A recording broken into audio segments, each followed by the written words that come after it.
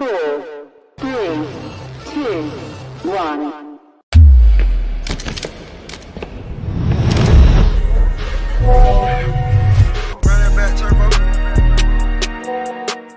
Hey, what?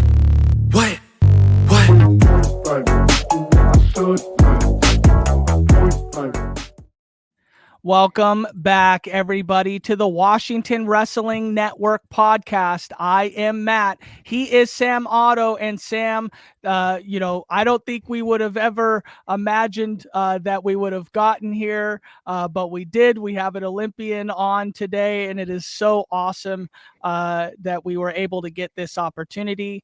But man, how are you doing today? I'm doing great, man. The rain's pouring out here. I hope Helen's ready for it.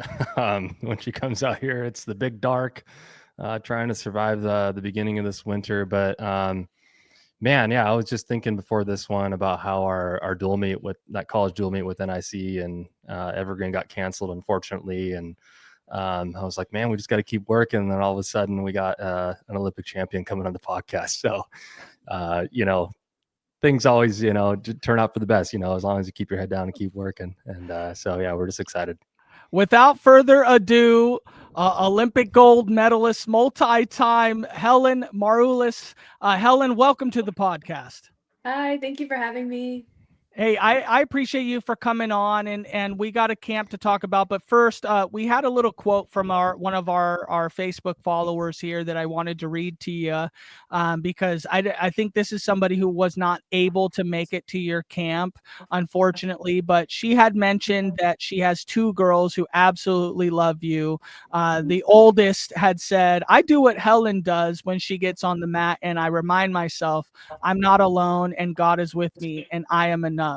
And then she made another comment that when she braids each other's hair for the tournament, they ask if they want the Helen or a double. So I thought, unfortunately, they were unable to make it to the camp, but I wanted to let you know that. Oh man, that's beautiful. Thank you for sharing that. That's so sweet to hear. I'm so bummed that they won't make it. I would love to meet them. Dang. Yeah. Matt and I both have daughters, so we're gonna have to learn how to do the Helen braid. All I can do is a ponytail right now. So, we'll start working on that. It sounds like it's a thing, but Yeah. that's fantastic. Helen, we're so excited to have you on. We thank you for giving us the time. We know you're a busy gal, just getting off Olympic Games and soon to be coming out here to the Pacific Northwest, which is really exciting.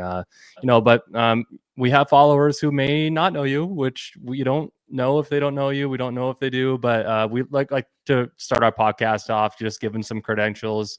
Helen Maroulis is a three-time world champion, two-time Olympic bronze medalist, and Olympic gold champion from the 2016 Rio Games. And from what we see is the most decorated female athlete in U.S. history. So, we have just some local people on this podcast usually. And so you coming on here is a huge deal for us. And we thank you for your time and doing that. And just wanted to highlight this one as well. You're the first female wrestler to place at the Maryland State Tournament. And you won OW there as well, beating a former male returning state champion. We have a little bit of a connection here, Helen, with that. Whitney Condor is a wrestler from the state of Washington, and she was the first Washington State placer in the boys tournament right around the same time that we were all wrestling and that you were wrestling in the high school state tournament. Do you have any connection with Whitney? And were you guys, I imagine you guys were on some type of world team or some type of team together along the way. Is that true? Yeah, for sure. No, Whitney and I, we've wrestled each other a bunch. We've been on world teams together, tours together. We've been roommates on trips together, and just at training camps and everything. So I know Whitney pretty well, and it's been really cool to just share the journey with her. And she's amazing. She's a mom of two now and still coaching. So that's just incredible. Yeah, we've had the privilege of running into her at the state tournament. She still is bopping around. She's got her two little ones with her, and it's been super exciting to see. So go ahead, Matt. Yeah, well, it's kind of funny that we would have Helen on before we'd have Whitney on. I know. I was thinking about that earlier. I thought that was pretty cool. And sorry, Whitney, we're going to get you on. I appreciate it. But Helen, you were born in Maryland, and you're not unfamiliar to the Pacific Northwest per se. I mean, you wrestled at Simon Fraser University, which is kind of close, right? I mean, so you're kind of used to the weather around here. You know, it's probably going to be raining when you when you come up here. But recently, you were just honored at the USA Wrestling Living the Dream ceremony in New York, spending time with Terry Steiner, Amit, Kayla, Sarah, all of them. How was your time in New York City?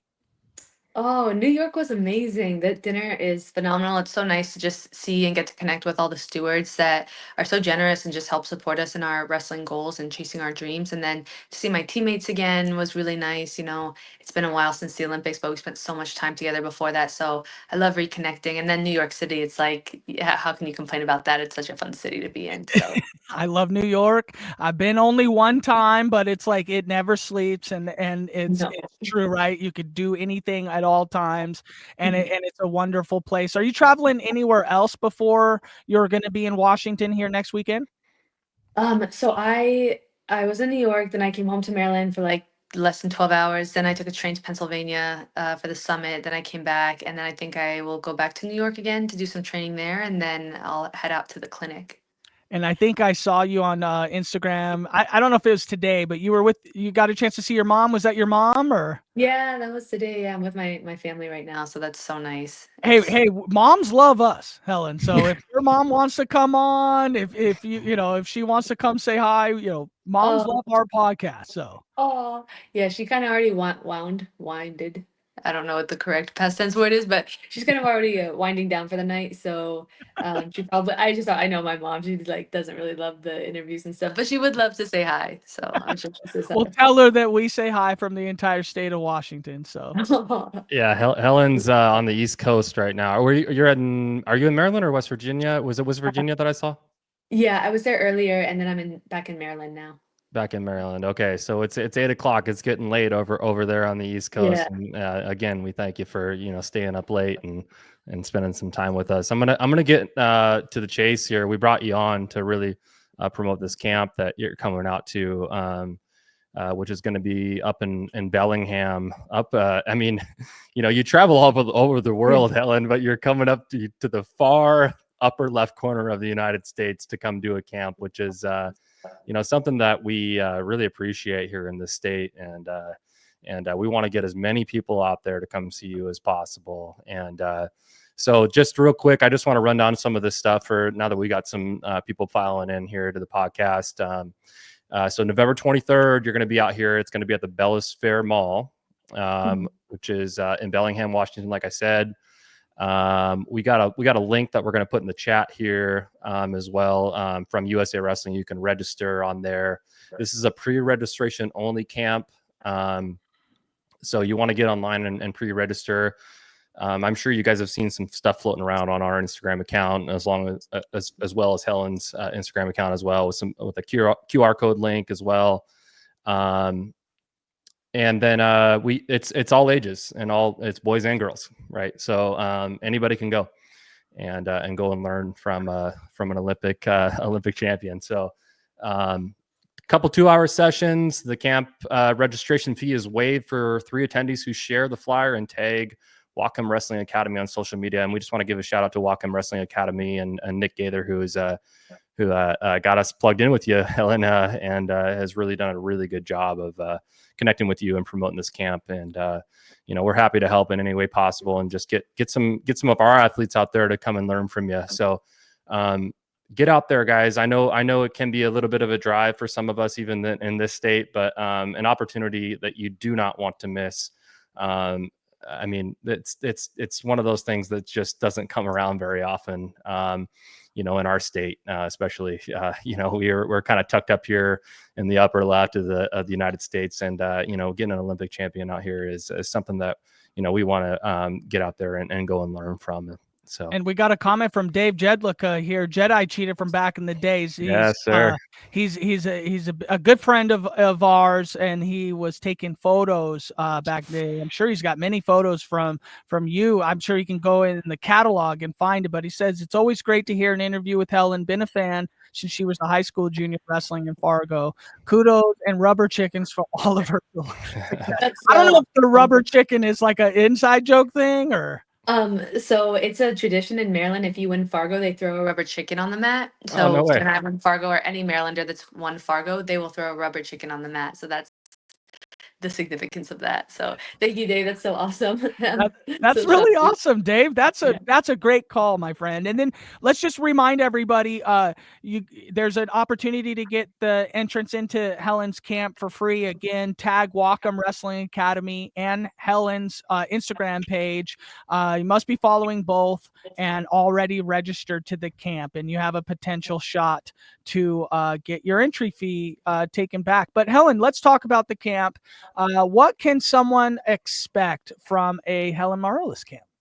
Yeah, so I'm a tyrant. No, I'm just kidding. No, the camps are super fun. My focus is mainly technique, so I don't really run a bunch of live for the kids, although they're welcome to do that after. But I just feel like while I'm there, I just want to be a resource and really pour into them. And then one of the ways that I've just kind of always done camps is I've based it off how I learn, which is I learn by feeling. I have a very strong like need to feel the move in order to learn it, so I always go around and help people and give them a feel if they need that.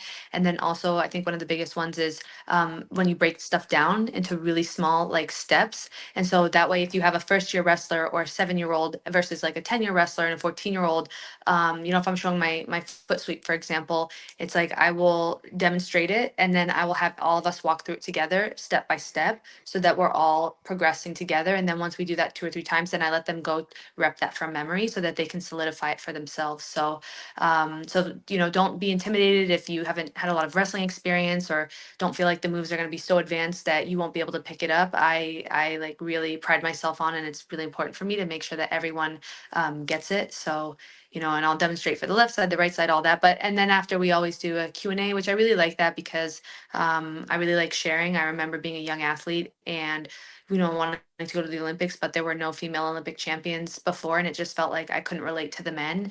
And I didn't see people really share. There wasn't social media at that time, so I didn't really get like a glimpse into someone's life and what they do and how they do things and pursue their sport. So I just want kids to have access to that, and in any way that I can share kind of my experiences or any insights, I'm happy to do that. Helen, I got a quick question about, I was going to wait to ask this till a little bit there, but since you had kind of touched on sport and stuff like that, you had a wonderful snippet that I saw from you about motivation. And I think that right now there's a lot of motivation, why people might find successes here, there, and anywhere. And I would really suggest a wrestler in that Q&A to ask what might be facing them per se, because motivation seems to be a big deal right now. I have a lot of kids that I coach that I've seen other coaches coach about how, hey, you need to have a why. You need to sometimes, and I heard you talk about this, is like committing to a goal. If you set yourself a goal, sometimes it's not about having a motivation to achieve the goal, just that, hey, we set this goal. We need to finish this out and see this through. You made a good comment that I thought was wonderful and a great way to kind of look at it. It's like, hey, sometimes you don't wake up with that motivation. Can you speak about that a little bit and maybe how that's helped you during your athletic career? Yeah, absolutely. There's a quote that I love and it says, "You won't always be motivated, so you must learn to be disciplined." Mm. And then the way that I've applied that to my own personal life is I really want to fall in love with the pursuit of the journey and what I'm doing. So instead of like, well, I need to be motivated to go win this tournament or do the right thing so that I can go win this championship or whatever it may be, it's more like I really find joy in pursuing excellence in everything that I do. And now because I've ingrained that within myself and trained myself to think like that, now that's just my mode of being. And so I think that any kid or as you're going through this journey, and obviously make it unique to yourself and what works for you, but you really can reframe your mindset and reframe your perspective. So if the concept of motivation is really like stressful or overwhelming, just find a different way to view the situation. and apply it towards that. And I think pursuing excellence and focusing on that and just wanting to be your best every day, that will, I think that will help a lot. Yes, Helen, talk about a little bit about your camps and what you enjoy the most about them. I know every camp's a little bit different, and you've probably done a good fair share over your career now. So you're kind of a vet, I bet, when it comes to camps. What do you enjoy most about them?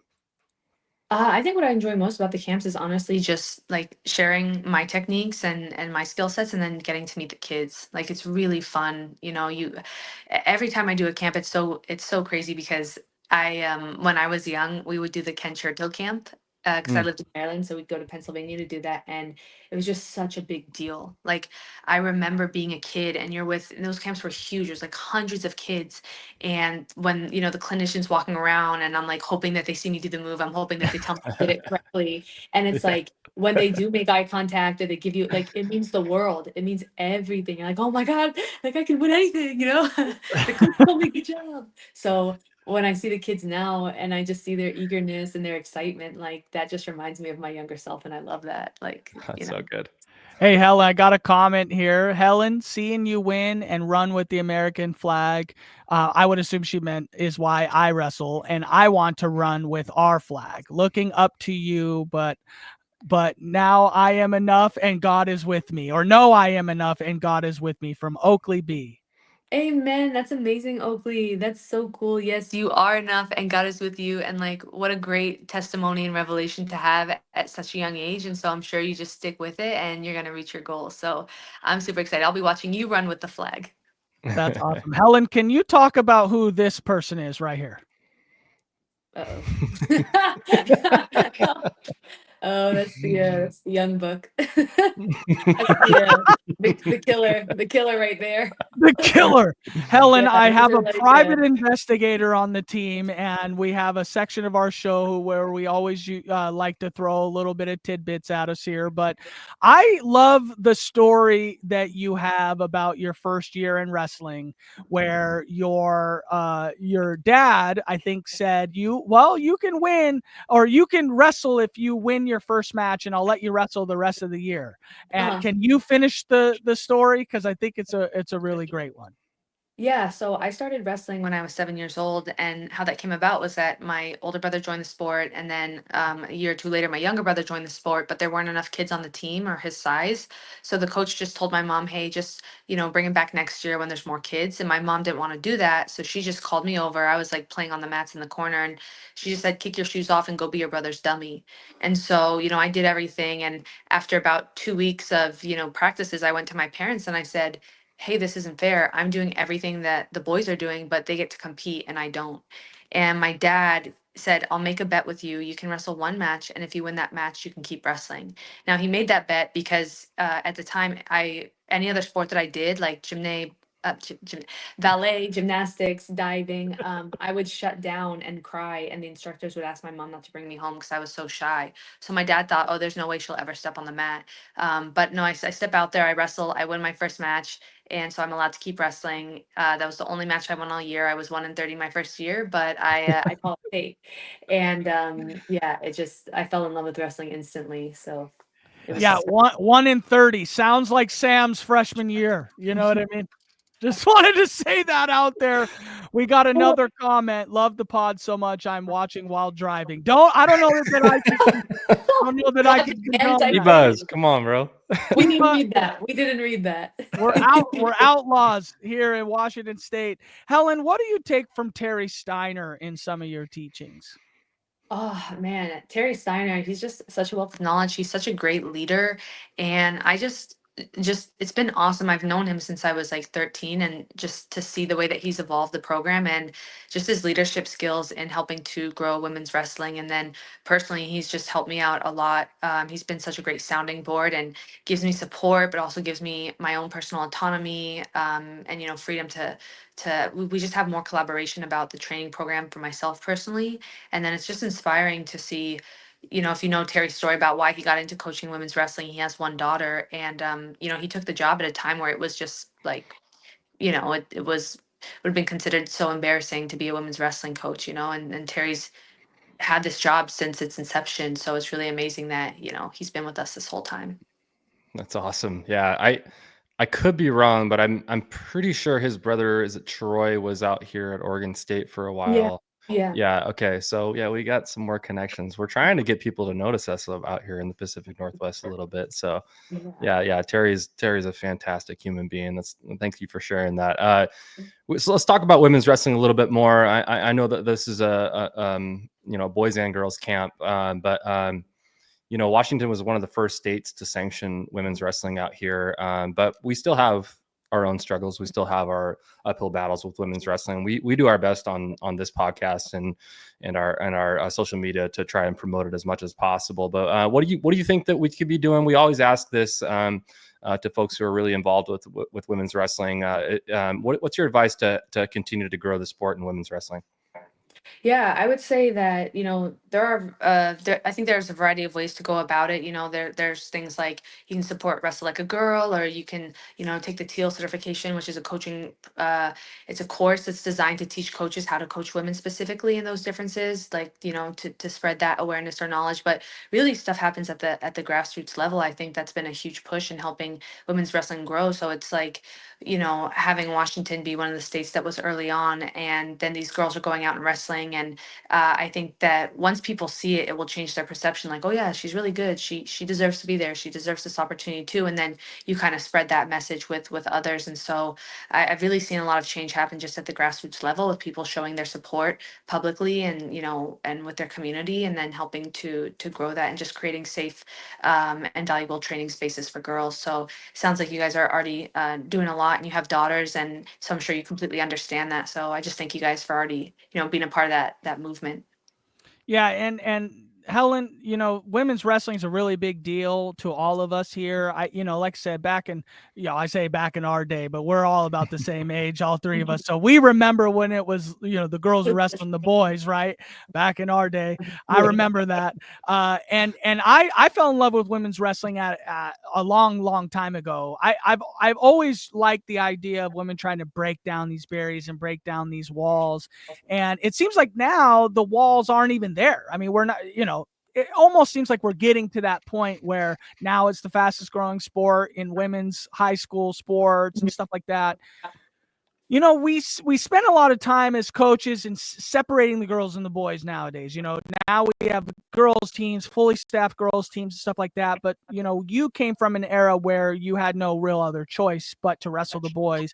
Looking back on it now, would you maybe, I guess not suggest, but, what did you take from wrestling the boys? And then do you think there should be a little more cross training between, I've got a girls team on our team, but we don't really see them at all. And I think I come from an age where you and Whitney Condor were ever able to really, get to the point where we were beating these boys. But then when you went to Simon Fraser, or your senior year in high school, you went to the training center, and then you were only practicing with women, right? Yeah. And then, so what was the benefit of training with the boys for that the young part of your career? And do you see that still being a benefit today if we were to work on getting more cross training opportunities? Yeah, I would say a couple points come to mind with that. And the first being that um, in order for it to be a choice, you have to have choices. And so when your only option is being a girl, like how I was when I first started, and there is no girl state sanctioned wrestling, so you have to wrestle the boys. It's like, okay, well it's not a choice. That's the only option.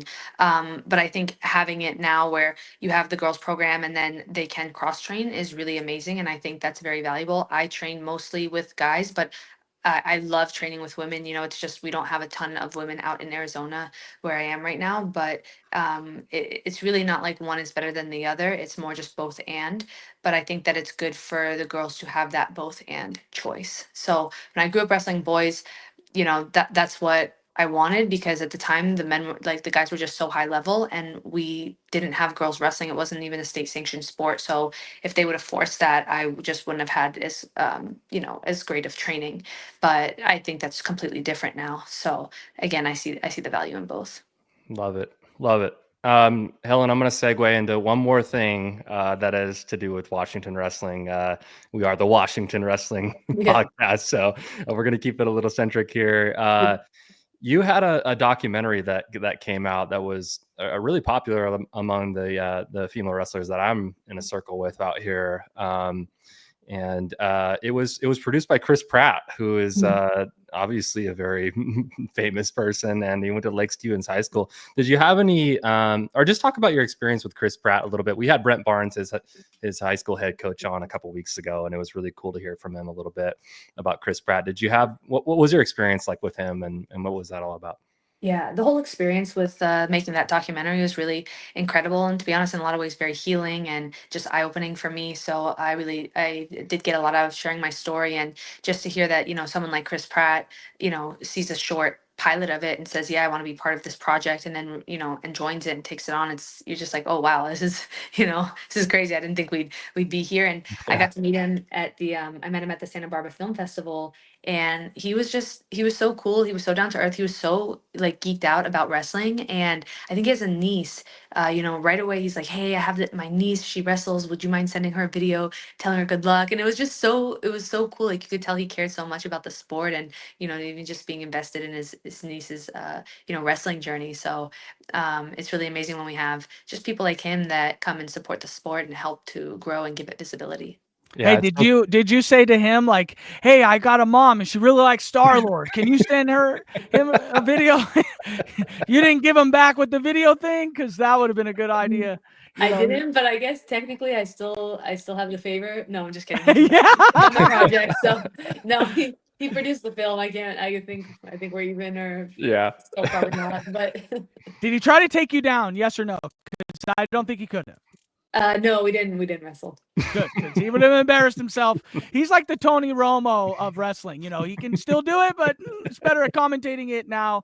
I gotta think. So you beat the unbeatable Yoshida from Japan. And I feel like that was in 2016, right? It's been a while now, or right, 2016, right? Mm-hmm. Yeah. And have you really been able to digest like what that meant for women's wrestling in totality? Because you went back in 2020, now 2024, and I don't know that maybe you haven't had the time to sit back and digest it. Do you feel like you have now and been able to look at it and be like, wow, that was me? Because I think that was such a big thing for history. I think we'll never stop talking about that moment. Yay! Well, that's very cool to hear. So thank you. Honestly, I'm just someone that it's like, what's the next thing? Or just like never settle with anything, or I don't want something to get to my head. And so after beating Yoshida, I knew I always wanted to come back and do a second Olympic cycle, and I just didn't want to be someone that got so caught up in like this one past tournament. So I really didn't allow myself to dwell on it too much. But I think over the years, especially when I've had some forced retirements and really some time away to contemplate, it's like, wow, what an amazing experience. What a gift that she didn't retire and I got to wrestle her, and that I made it there healthy, and just had a blast with that experience. But I think generally as athletes, while we're in it, we're just constantly pushing to reach the next goal, and so maybe I'll take it in more fully once I retire, which maybe never. So Dang it! You led yourself into this one. I was going to talk about your retirement. Now, the reason why I'm going to bring it up isn't because I'm going to ask you to declare your retirement or not here. No, that's not it. That's not it. But you have been faced with the idea of retirement before. And then as you gave yourself a little bit of time to kind of figure out where you were going. And I thought your Instagram post the other day was kind of funny, that you're like the mom of the group now. And I thought that was hilarious, right? But I mean, I won't ask about retirement, but what I will ask about is your bout with concussions. I think that it's an important thing in our sport now. In our day, like I talk about, I don't think there was that much to do with concussions in the last 10, 15 years. It has been brought to the absolute forefront. Can you discuss a little bit about your bout with that? I would assume it's probably still not over, but I think you had a concussion. It was maybe not realized, I think is what it was, or maybe we knew you might have had one, but maybe we didn't have the right people on site to kind of give you a little break or something. Do you mind explaining all that and how important it is? Yeah, no, not at all. I had a series of concussions between like one in 2015, but then a series of like three or four between 2018 and 2019. And they really derailed my career and my life for a period of time. It wasn't just like you wait 2 weeks and you come back. It was 3 to 4 months recovery, personality changes, mood changes, light sound sensitivity, derealization, depersonalization, which is where either you feel like you're out of your body or, a different variants of that nature. And it was really eye-opening. I've spent, ever since then I've spent my time doing different therapies, always looking for something new, and always meeting new doctors in whatever area I move to. I always find a specialist that I can work with, just because wrestling is still a contact sport. And I've had it explained to me that post concussion syndrome is very real. So generally, if your symptoms last longer than 3 months, you've fallen into post concussion syndrome, where it didn't hardwire healed, and so you have what's it called, deficiencies or like defectiveness, basically, that you would have to train out of, or really deal with, or you're going to have symptoms probably for the rest of your life. And so uh, I've been told is like, yeah, you hit these markers, so you technically qualify for that. But the amount of therapy and training that you do in a lot of ways makes you healthier than a lot of other people that don't do any of that. So I've learned so much about the brain and brain health. It's so important, and it's so fascinating what the brain can do and the body and what it can overcome. At the same time, there's a fragility to it. And I think we do need to take care of that. And I don't think anything's more important than your health. So I definitely think there needs to be more awareness for coaches and for athletes and even for sports staff about how do we prevent this, and then how do we take care of it when it's an issue. And I just see that a lot of athletes struggle with it, because it's not like your shoulder or your ankle, where you can think about like, does this hurt today? It's like when it's your brain and you're trying to think with the thing that could be potentially broken already. That's going to be confusing to manage. And so, and then put that on top of being a young athlete, and you want to please your coaches or your parents, or you don't want anyone to know, or it's your first time having an injury. I mean, there's all these things. So yeah, I think that there could be a lot more resources for athletes to utilize to get better.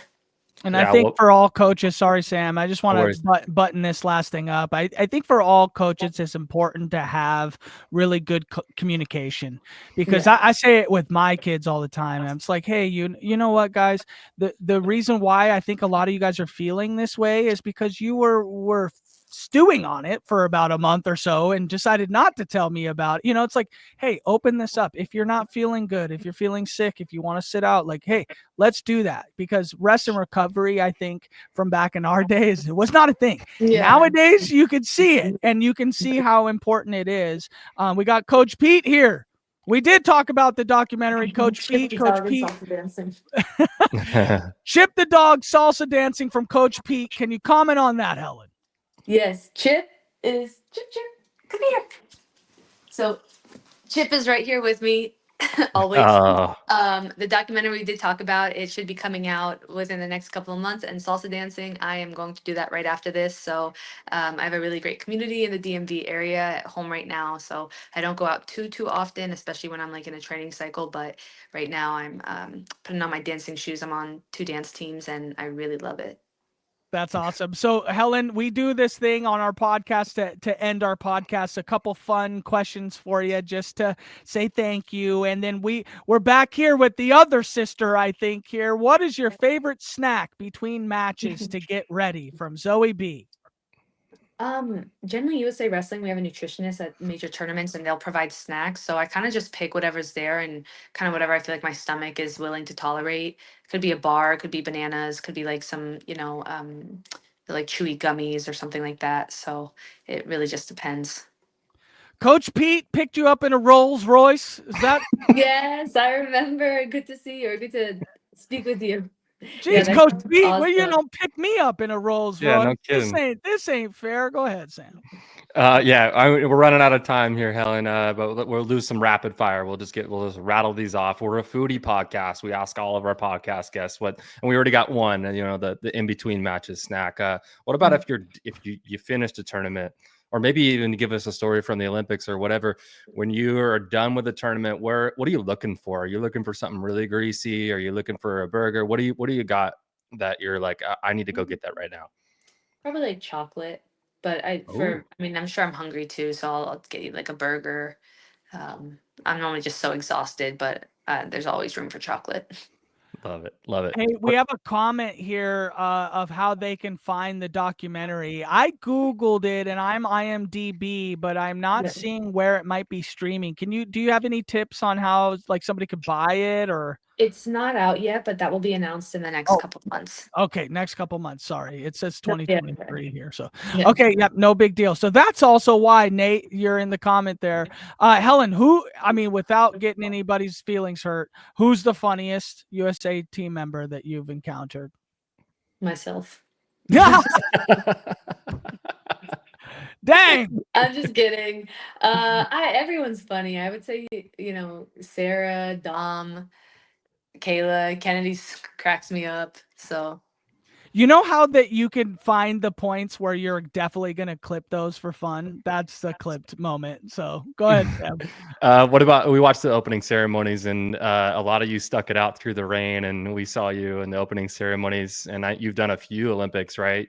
So over all of them, who was the coolest person that you met while you were doing either Olympic ceremonies or just being at the Olympics in general?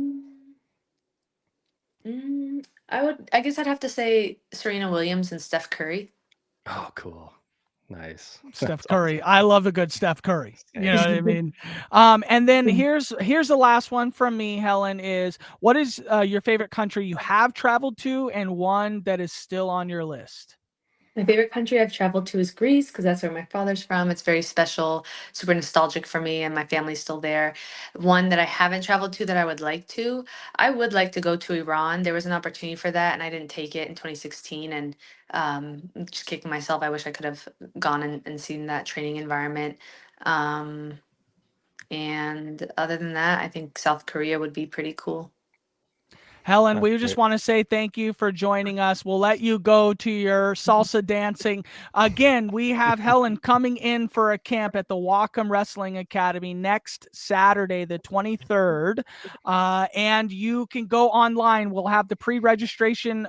We have a link here for you. But Helen, you are free to go, and we appreciate your time today. And bye-bye, Chip Chip. Yeah. Thank you guys so much. All the best to all the wrestlers. Hope to see you guys at the camp, and thanks for just a great podcast. So all the best in that endeavor as well. See you guys. Thank you, Appreciate Helen. it. Bye-bye. Thank you, Helen. Bye. That was great. I mean, hey, we really appreciate Helen for giving us any time. I mean, an Olympic gold medalist, Sam, that was incredible. Funniest part of the podcast when she said she was the most fun. That's awesome. She seems really fun. Except Coach Pete, if you're still around, I'm going to need a video about this Rolls Royce thing. I need to know what the heck is going on it's here. It's probably Coach like a Pete. Honda Civic. He just calls it his Rolls Royce or something. He picked her up in an 87 Honda, and he's like, this is called Rolls. You ever hear about it? But Sam, we have while we have everybody here, we have a couple bits of information that we have to give out. So. Yeah. Again, we did a little public service announcement about the duel at Tahoma that didn't happen. It's all good. We're still working. Come on, two Olympic guys. We got you, Coach Pete. I gotta see this Rolls Royce, whatever you're talking about. Yeah, I'm gonna need to see the rolls. Where's the picture, Coach Pete? Pictures didn't happen. But yeah, we still have stuff planned. We already promote this a little bit about going to the Edmonds invite, which we confirmed with the tournament director there. We are going to be there for the finals, which is on December 7th. Finals should be starting around 4:00. We'll let you guys know if that tournament is running a little bit early or a little bit late. We'll kind of keep you guys in the loop. But what we plan on doing is live streaming those finals and getting you guys plugged in if you can't make it to the Edmonds invite. But if you're local, get out there and go support these top dog wrestlers. It's a really, really high level tournament that dual meets pull in a lot of fans. I think tournaments kind of lack a little bit. It's mostly just parents. But if you're a fan of the sport, this is top 3, top 2 in the state, maybe besides Gut Check. Edmonds Invite is a super tough Hammerhead's tournament, a good one. Hammerhead's a really good one too. It's up there. So let's pack those stands and show the support for these wrestlers who work hard. But if you can't make it, we're gonna be live streaming that one. It'll be our first one. We were super excited about that, and This is a little short notice. We talked about it last week. We just got Coach wind of it Pete last with week. the dagger. Coach Pete with the dagger. Hopefully, I think they will. Braided 64 finals. I mean, if we can. Here's the thing, guys, and we had somebody message us, and I just want to put it out there that we love this. This comment right here is a lot about what we love. We can't fathom every single tournament, every single opportunity, we just can't. It's impossible for us to do everything. But Right. if we get some information, we are happy to be the transveyors of this information. Cover braided 64 finals. Maybe we could do that. I don't know. When is the tournament? What's where is it? Who's running it? How can we get in touch with somebody? Do we know somebody that we can get in touch with? Because we definitely want to. Maybe we could put different boots on the ground. Maybe we can do things. I don't know what we can do, but we would love to have all this information. Please reach out to us via DM. You can find us, our email address. Just message us. I mean, we might not get back to you the second you message us, maybe the minute after, no big deal, but we try to get back to you as best we can. But yeah, if there's a love or a need to potentially get out to one tournament, we absolutely would love to try. And right now, it's not on our list, the braided 64 finals, but I know it's a big tournament, and I would love to. Tony, right there, I'll send you the details. Love Great. it. Love it. Thank Yeah, you Coach very much. Welch is awesome up there in Ferndale. Daughter Malia is wrestling down there at Southern Oregon. So shout out Coach Welch. We appreciate that. Coach, we love you. We love it. We really want to encourage this, and we have in the past, but just a reminder for everybody, we really want to encourage everybody to tell us what you want. We listen to the people out here. We do this on our own time. Like we kind of have an understanding of what the popular stuff is, or what stuff that we want to get to. But if you got some inside stuff or whatever, like we love messages, we love comments, we love all that stuff to help us help us. This entire community. Real quick, Amit Lore. This is short notice, but again, last week on the podcast we had. Got notice, very short notice, that Amit Lore is going to be down there with Andy Cook, who was one of my coaches as a youth wrestler. Same with our background producer, Trevor Mills. He was an instrumental part of our success in wrestling. They're going to be running a camp down there at Skyview High School this weekend. I'm unaware if this registration is closed or not, but it is on the Gut Check website if you want to check that out and try to get a registration down there. Registered to get down there. It's at gutcheckwrestling.com. Just spoke with the director with them today, and man, it would have been great to have him meet on the podcast as well. But now that we got Helen on, we can do whatever we want. So we'll maybe we could still get a meet. I don't know. Maybe we could still do that. Nobody's saying we can't necessarily, but it's like, we can't be in 55 different places at once. We appreciate people wanting to help us and involve us in this. Big time camp.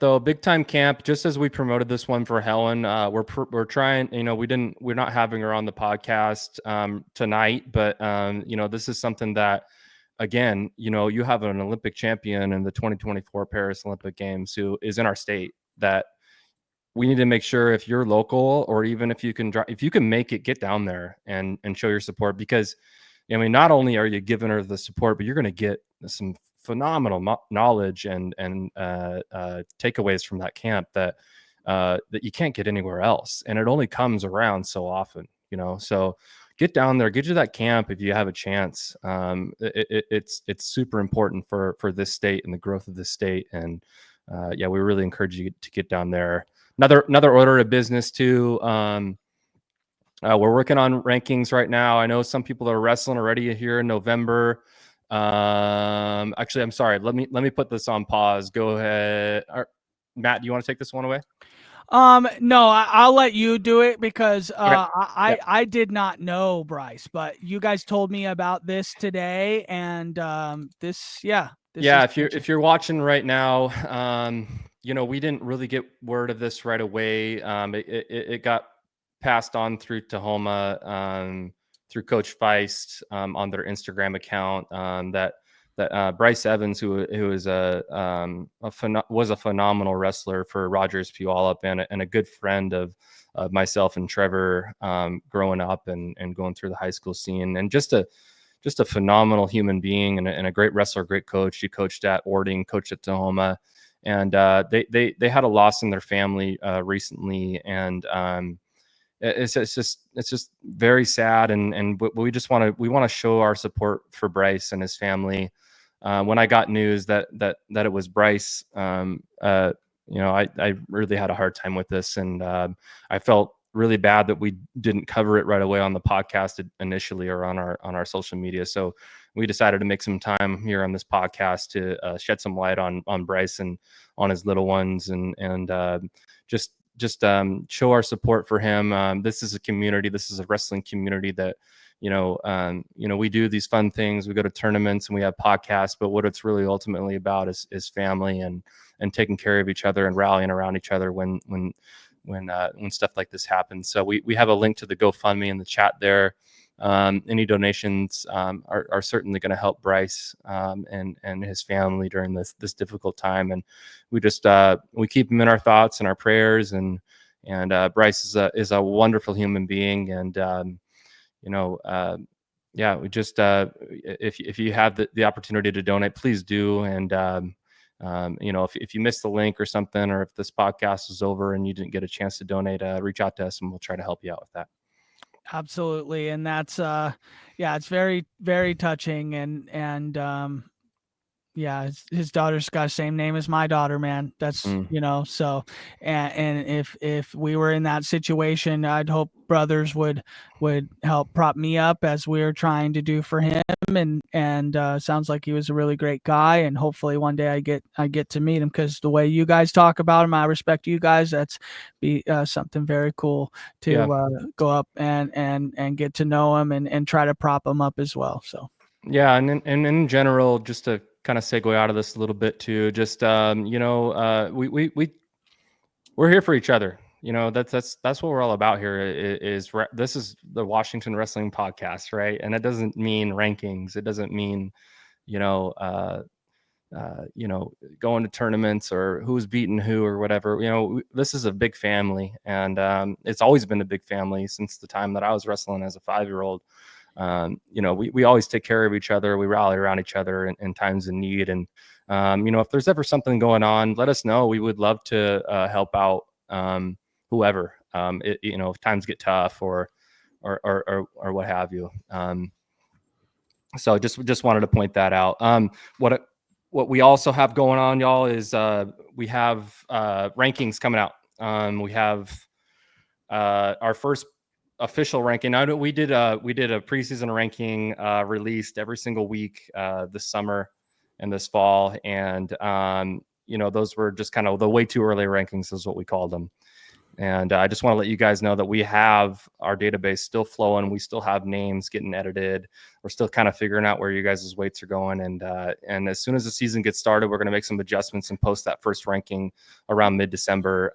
So just want to keep you guys in tune with that, and just let you know that it is coming, and you just hang on tight, and we'll get those updated and posted for you eventually along the way. So I think that was my last thing that I want to say is, yes, we're a family, but I like seeing the kids bicker between each other. I know. It's one of my favorite things, actually. It's like, we've screenshotted some posts. I'm gonna beat you or whatever.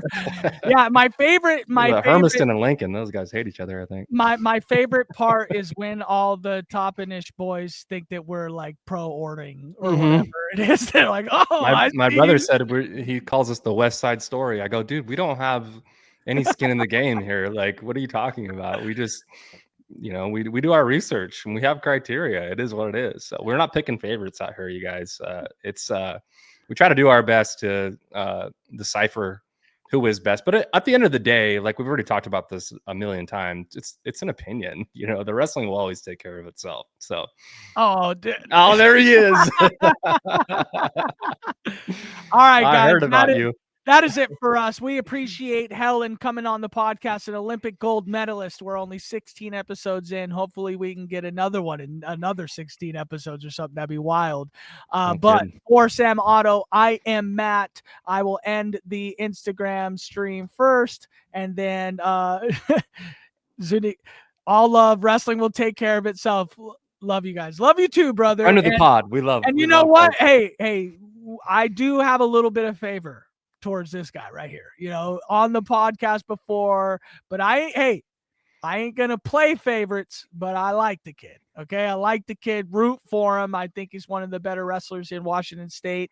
And hey, he knows he's at the top of the mountain, wants kids to come get him. So that's fine. And we're excited to see it. So, all right, guys, for all of us here at Washington Wrestling Network, we appreciate you guys, and we will see you next. 5, 4, 3, 2, 1.